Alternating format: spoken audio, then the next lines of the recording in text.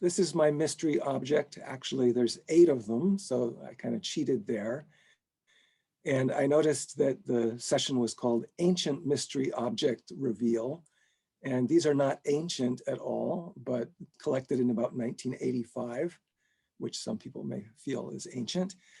So the point here is that this type of thing, the desiccated ladybugs, is actually, they're around today, and they were around and used in a very significant way as far ago as 2000 BCE. So what are they?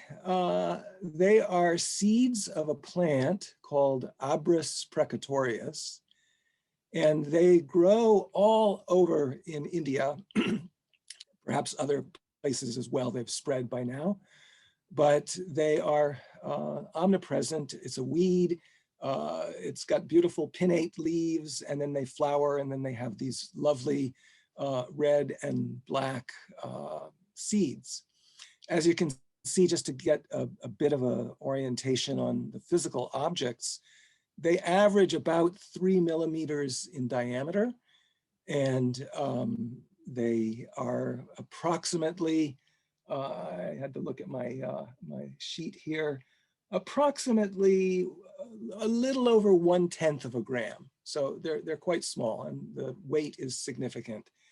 What were they used for? What are they used for? Well, most of the answers today, if you go and do a Google search on Abris precatorius, will tell you that they have something to do with jewelry making or musical instruments. And so I don't know what the musical instruments are, but I'm imagining those rain tubes or whatever might be filled with some of these little things to make a nice sound, or some rattle, I don't know.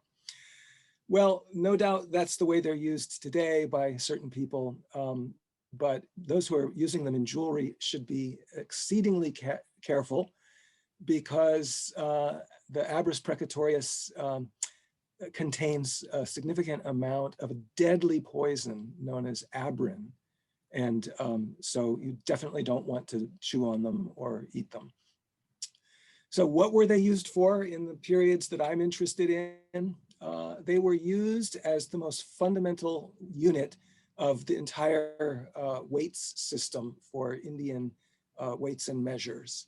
And this is an important part of archaeology, because it gives us access, even in the absence of writing, by measuring today using scientific units, measuring the weight and diameters and whatever of the things, we can begin to detect patterns in how they were signifying and being used. And you get revelations about certain mathematical things that are known or not.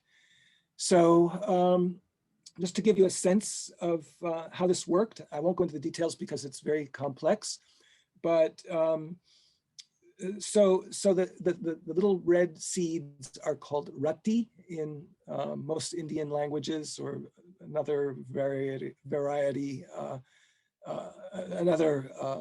other languages in South India in particular refer to them as guri ginjalu, which is a wonderful name, has a nice ring to it.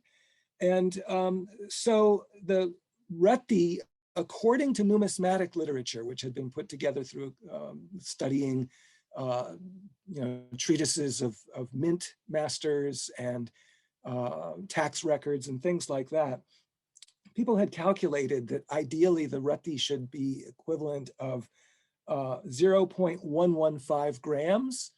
And I started wondering about this for a while. I thought, are these seeds really that constant in weight, from one to another in a single plant or a single population?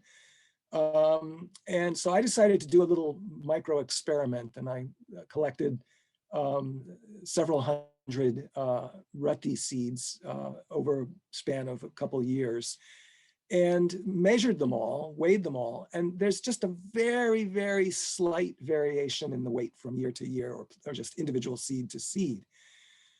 So it occurred to me at that point that there was a reason that the people had developed another larger unit, which is called the masha, and that's the one that's really important for minting of coinage. By the way, I do archaeology of money. The masha is defined as the equivalent of 8 ratis, so 8 dried ladybugs. And why do that? Why not just express the values in terms of the ratis? Well, it's because if you select 8 ratis out of a big bucket or whatever and put them on the balance pan, then you can put a piece of metal that you want to get the right size and then call that a masha.